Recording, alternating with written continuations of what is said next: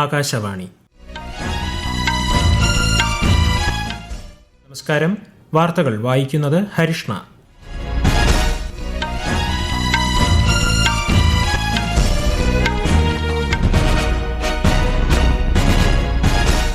പ്രധാന വാർത്തകൾ. ശീതകാല സമ്മേളനത്തിന്റെ രണ്ടാം ദിനവും പാർലമെന്റ് പ്രക്ഷുബ്ധം. ഇരുസഭകളും ഇന്നത്തേക്ക് പിരിഞ്ഞു. തിരഞ്ഞെടുപ്പ് പരിഷ്കാരങ്ങളെക്കുറിച്ച് ലോക്സഭ ഈ മാസം 9 ചർച്ച ചെയ്യും. നാവികസേനാ ദിനാഘോഷങ്ങളിൽ പങ്കെടുക്കാൻ രാഷ്ട്രപതി ദ്രൗപദി മുർമു നാളെ തിരുവനന്തപുരത്തെത്തും. ദിനാഘോഷത്തിന്റെ മുന്നൊരുക്കങ്ങൾ ശംഖുമുഖത്ത് പൂർത്തിയായി. കേരളത്തിൽ SIR നടപടികൾ തുടരാമെന്ന് സുപ്രീം കോടതി. സമയപരിധി നീട്ടണമെന്ന ആവശ്യത്തിൽ തിരഞ്ഞെടുപ്പ് കമ്മീഷൻ 2 ദിവസത്തിനകം തീരുമാനമെടുക്കണമെന്നും നിർദ്ദേശം. കാശി തമിഴ് സംഗമത്തിന്റെ 4ാം പതിപ്പിന് വാരണാസിയിൽ തുടക്കമായി. ആശംസകൾ നേർന്ന് പ്രധാനമന്ത്രി നരേന്ദ്രമോദി.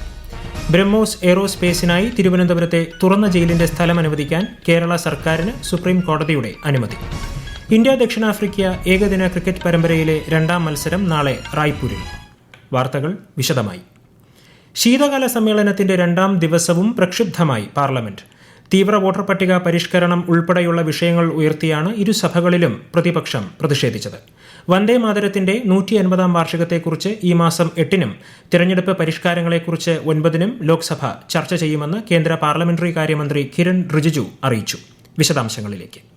പ്രതിപക്ഷ പ്രതിഷേധത്തെ തുടർന്ന് ലോക്സഭയിൽ 2 തവണയും രാജ്യസഭയിൽ 1 തവണയും നടപടികൾ നിർത്തിവെച്ചതിന് ശേഷം ഇരുസഭകളും ഇന്നത്തേക്ക് പിരിയുകയായിരുന്നു. രാവിലെ സഭാ സമ്മേളനം ആരംഭിച്ചപ്പോൾ തന്നെ കോൺഗ്രസ്, DMK, തൃണമൂൽ ഉൾപ്പെടെയുള്ള പ്രതിപക്ഷ പാർട്ടികൾ പ്രതിഷേധം ആരംഭിച്ചു. SIR അടക്കമുള്ള വിഷയങ്ങളിൽ അടിയന്തര ചർച്ച ആവശ്യപ്പെട്ടായിരുന്നു പ്രതിഷേധം. പ്രതിഷേധത്തെ തുടർന്ന് ഉച്ചയ്ക്ക് 2 മണിവരെ നിർത്തിവെച്ച ശേഷം ചേർന്ന രാജ്യസഭയിൽ SIR വിഷയത്തിൽ ഉടൻ ചർച്ച വേണമെന്ന് രാജ്യസഭാ പ്രതിപക്ഷ നേതാവ് മല്ലികാർജ്ജുൻ ഖർഗെ ആവശ്യപ്പെട്ടു. അതിനിടെ ഇന്ന് പാർലമെന്റിലെത്തിയ ജോർജിയയിൽ നിന്നുള്ള പാർലമെന്ററി പ്രതിനിധി സംഘത്തെ ഇരുസഭകളും സ്വീകരിച്ചു. News desk, Akashvani. നാവികസേനാ ദിനാഘോഷങ്ങളിൽ പങ്കെടുക്കാൻ രാഷ്ട്രപതി ദ്രൗപദി മുർമു നാളെ തിരുവനന്തപുരത്തെത്തും. ശംഖുമുഖത്ത് നാളെ വൈകുന്നേരം 4:30 മുതൽ നടക്കുന്ന നാവികാഭ്യാസ പ്രകടനങ്ങളിൽ രാഷ്ട്രപതി മുഖ്യ അതിഥിയായി പങ്കെടുക്കും. നാവികസേന ദിനാഘോഷത്തിനുള്ള ഒരുക്കങ്ങൾ തിരുവനന്തപുരത്ത് പൂർത്തിയായി. നാവികസേനാ മേധാവി അഡ്മിറൽ ദിനേഷ് കെ ത്രിപാഠി ആഘോഷ പരിപാടികൾക്ക് ആതിഥേയത്വം വഹിക്കും. പോർ വിമാനങ്ങളുടെയും പോരാട്ട കപ്പലുകളുടെയും അഭ്യാസ പ്രകടനങ്ങൾക്ക് നാളെ ശംഖുമുഖം സാക്ഷ്യം വഹിക്കും. നാളെ തിരുവനന്തപുരത്ത് ലോക് ഭവനിൽ തങ്ങുന്ന രാഷ്ട്രപതി മറ്റന്നാൾ രാവിലെ ഡൽഹിക്ക് മടങ്ങും. നാവിക ദിനാഘോഷത്തോടനുബന്ധിച്ച് നാളെ തിരുവനന്തപുരം നഗരത്തിൽ ഗതാഗത നിയന്ത്രണം ഏർപ്പെടുത്തും. ഉച്ചയ്ക്ക് 12 മണി മുതലാണ് നിയന്ത്രണം. നാവിക ദിനാഘോഷത്തിൽ പങ്കെടുക്കുന്നതിനായി ശംഖുമുഖം, വെട്ടുകാട് ഭാഗത്തേക്ക് പാസ് അനുവദിച്ചിട്ടുള്ള വാഹനങ്ങൾക്ക് മാത്രമേ പ്രവേശനമുണ്ടായിരിക്കൂ എന്ന് സിറ്റി ട്രാഫിക് പോലീസ് അറിയിച്ചു. കേരളത്തിൽ SIR നടപടികൾ തുടരാമെന്ന് സുപ്രീം കോടതി. എന്യൂമറേഷൻ ഫോമുകൾ സമർപ്പിക്കുന്നതിനുള്ള സമയപരിധി നീട്ടണമെന്ന സംസ്ഥാനത്തിന്റെ ആവശ്യത്തിൽ കേന്ദ്ര തിരഞ്ഞെടുപ്പ് കമ്മീഷൻ 2 ദിവസത്തിനകം തീരുമാനമെടുക്കണമെന്നും കോടതി നിർദ്ദേശിച്ചു. തദ്ദേശ തിരഞ്ഞെടുപ്പ് നടക്കുന്ന സാഹചര്യത്തിൽ സമയപരിധി നീട്ടണമെന്ന ആവശ്യം ന്യായമാണെന്നും ചീഫ് ജസ്റ്റിസ് ഉൾപ്പെട്ട ബെഞ്ച് നിരീക്ഷിച്ചു. ഫോമുകൾ സമർപ്പിക്കുന്നതിനുള്ള സമയപരിധി ഡിസംബർ 4 നിന്ന് 11 ഇതിനകം നീട്ടിയതായി തിരഞ്ഞെടുപ്പ് കമ്മീഷൻ കോടതിയെ അറിയിച്ചു. തിരഞ്ഞെടുപ്പ് ചുമതലയുള്ള ഉദ്യോഗസ്ഥർക്ക് ഫോമുകൾ അപ്ലോഡ് ചെയ്യാൻ മതിയായ സമയം നൽകണമെന്നും സുപ്രീം കോടതി വ്യക്തമാക്കി. കേരളത്തിൽ ഇതുവരെ ഡിജിറ്റൈസ് ചെയ്ത ഫോമുകളുടെ എണ്ണം 2,47,14,494 ആയതായി മുഖ്യ തിരഞ്ഞെടുപ്പ് ഓഫീസർ രത്തൻ യു കേൽക്കർ. ആകെ വിതരണം ചെയ്ത ഫോമുകളുടെ 88.74%. നഗരപ്രദേശങ്ങളിൽ നിന്നുള്ള ഫോമുകൾ എത്രയും വേഗം പൂരിപ്പിച്ച് BLOമാരെ ഏൽപ്പിക്കണമെന്നും അദ്ദേഹം അഭ്യർത്ഥിച്ചു. സർദാർ വല്ലഭ്ഭായ് പട്ടേൽ എല്ലാ രാഷ്ട്രീയ നേതാക്കൾക്കും പ്രചോദനമാണെന്ന് രാജ്യരക്ഷാമന്ത്രി രാജ്നാഥ് സിംഗ്. സർക്കാർ സർദാർ പട്ടേലിന്റെ മൂല്യങ്ങൾ പിന്തുടർന്ന് ജനങ്ങളുടെ വിശ്വാസം വീണ്ടെടുത്തു എന്നും അദ്ദേഹം പറഞ്ഞു. വഡോദരയിലെ സദ്ലി ഗ്രാമത്തിൽ നടന്ന സർദാർ ഗാഥ പരിപാടിയെ അഭിസംബോധന ചെയ്യുകയായിരുന്നു അദ്ദേഹം. നവംബർ 26 കരംസാദിൽ നിന്ന് ആരംഭിച്ച ദേശീയ പദയാത്ര ഡിസംബർ 6 ഏകതാ പ്രതിമയിൽ സമാപിക്കും. विश्व के बड़े बड़े देशों को यह लगता था भारत तो आजाद हो गया, लेकिन आजादी होने के बाद भी यह भारत एक नहीं रह पाएगा, भारत अखंड नहीं रह पाएगा, यह भारत टुकड़ों टुकड़ों में बट जाएगा। निराशा के उस दौर में सरदार वल्लभ भाई पटेल ने जो भूमिका निभाई है, असरदार भूमिका निभाई है, उसका ही परिणाम है मेरे बहनों भाइयों कि आज हमारा और आपका यह भारत एक है। കാശി തമിഴ് സംഗമത്തിന്റെ 4ാം പതിപ്പിന് ഉത്തർപ്രദേശിലെ വാരണാസിയിൽ തുടക്കമായി. കേന്ദ്ര വിദ്യാഭ്യാസ മന്ത്രി ധർമ്മേന്ദ്ര പ്രധാനും ഉത്തർപ്രദേശ് മുഖ്യമന്ത്രി യോഗി ആദിത്യനാഥും ചേർന്ന് പരിപാടിയുടെ ഉദ്ഘാടനം നിർവഹിച്ചു. രാജ്യത്തിന്റെ ഉത്തര ദക്ഷിണ ഭാഗങ്ങൾ തമ്മിലുള്ള ബന്ധം ശക്തിപ്പെടുത്തുകയാണ് സംഗമത്തിന്റെ ലക്ഷ്യം. ഈ മാസം 15 വരെ നീണ്ടുനിൽക്കുന്ന സംഗമത്തിൽ വിദ്യാർത്ഥികൾ, എഴുത്തുകാർ തുടങ്ങി തമിഴ്നാട്ടിൽ നിന്നുള്ള 1400-ലേറെ പ്രതിനിധികൾ പങ്കെടുക്കുന്നുണ്ട്. കാശി തമിഴ് സംഗമത്തിന് പ്രധാനമന്ത്രി നരേന്ദ്രമോദി ആശംസകൾ നേർന്നു. ഏക ഭാരതം ശ്രേഷ്ഠ ഭാരതം എന്ന ആശയത്തിന്റെ ചൈതന്യം വർദ്ധിപ്പിക്കുന്നതാണ് പരിപാടിയെന്ന് അദ്ദേഹം സമൂഹമാധ്യമത്തിൽ കുറിച്ചു. ഈ വാർത്തകൾ ആകാശവാണിയിൽ നിന്ന്. ആകാശവാണി വാർത്തകളും വാർത്താ അധിഷ്ഠിത പരിപാടികളും all India radio news Thiruvananthapuram YouTube ചാനലിലും all India radio news Thiruvananthapuram Facebook പേജിലും AIR ന്യൂസ് _ തിരുവനന്തപുരം ഇൻസ്റ്റഗ്രാം അക്കൌണ്ടിലും @AIR ന്യൂസ് _ TVM X ഹാൻഡിലും ലഭ്യമാണ്. മണിപ്പൂർ ചരക്കു സേവന നികുതി 2ാം ഭേദഗതി ബിൽ 2025 പാർലമെന്റ് പാസാക്കി.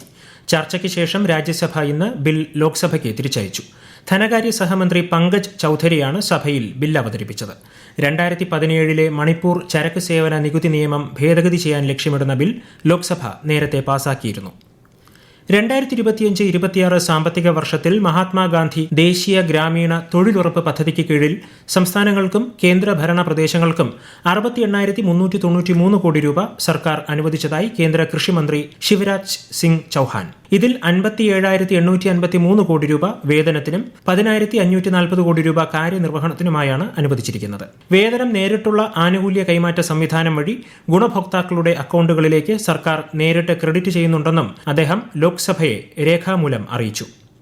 സൈബർ തട്ടിപ്പുകൾ തടയുന്നതിനും ടെലികോം സൈബർ സുരക്ഷ ഉറപ്പാക്കുന്നതിനുമാണ് സഞ്ചാർ സാഥി ആപ്പ് എന്ന് കേന്ദ്രമന്ത്രി ജ്യോതിരാദിത്യ സിന്ധ്യ. എന്നാൽ ഉപയോക്താക്കൾക്ക് എപ്പോൾ വേണമെങ്കിലും മൊബൈൽ ഫോണിൽ നിന്ന് സഞ്ചാർ സാഥി ആപ്പ് നീക്കം ചെയ്യാമെന്നും അത് ഇൻസ്റ്റാൾ ചെയ്യണോ വേണ്ടയോ എന്നത് തീരുമാനിക്കാമെന്നും അദ്ദേഹം വ്യക്തമാക്കി. ഉപഭോക്താക്കളെ സഹായിക്കുകയും അവരുടെ സുരക്ഷ ഉറപ്പാക്കുകയും ചെയ്യേണ്ടത് സർക്കാരിന്റെ കടമയാണെന്ന് അദ്ദേഹം ആവർത്തിച്ചു. പാർലമെന്റിന് പുറത്ത് മാധ്യമപ്രവർത്തകരോട് സംസാരിക്കുകയായിരുന്നു അദ്ദേഹം. ये कस्टमर प्रोटेक्शन की बात है. आपको डिलीट करना है तो आप डिलीट कर दोगे. आप कोई मैंडेटरी नहीं है. आप अगर रजिस्टर नहीं करना चाहते हो, जब आप रजिस्टर करोगे तभी तो एक्टिव होगा. रजिस्टर नहीं करोगे तो इनएक्टिव होगा. कि आज तक पिछले 2 वर्षों में संचार साथी पोर्टल और संचार साथी ऐप के आधार पर कितनी सुविधा जनता को मिली है.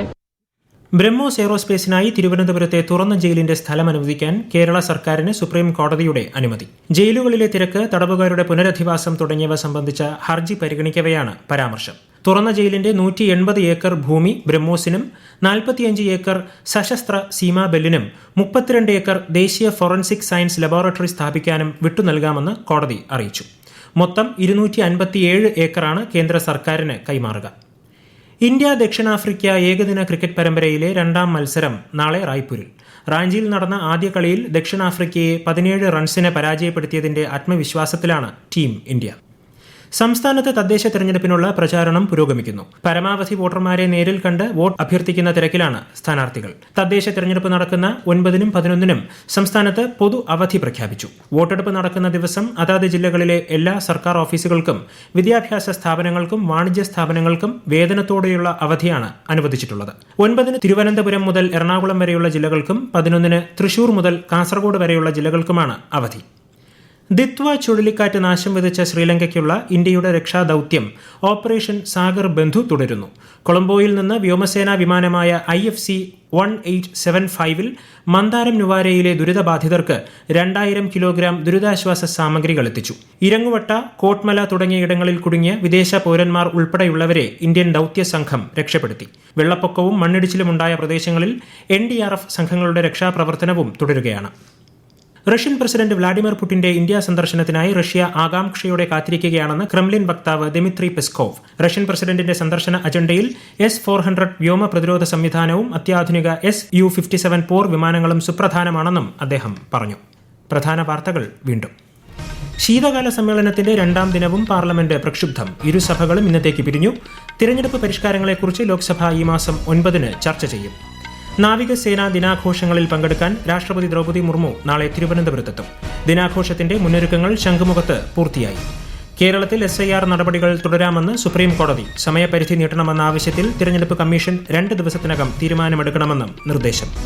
കാശി തമിഴ് സംഗമത്തിന്റെ 4ാം പതിപ്പിന് വാരണാസിയിൽ തുടക്കമായി. ആശംസകൾ നേർന്ന് പ്രധാനമന്ത്രി നരേന്ദ്രമോദി. ബ്രഹ്മോസ് എയ്റോസ്പേസിനായി തിരുവനന്തപുരത്തെ തുറന്ന ജയിലിന്റെ സ്ഥലം അനുവദിക്കാൻ കേരള സർക്കാരിന് സുപ്രീം കോടതിയുടെ അനുമതി. ഇന്ത്യ ദക്ഷിണാഫ്രിക്ക ഏകദിന ക്രിക്കറ്റ് പരമ്പരയിലെ 2ാം മത്സരം നാളെ റായ്പൂരിൽ. വാർത്തകൾ കഴിഞ്ഞു. അടുത്ത വാർത്താ പ്രക്ഷേപണം 8:35-ന്.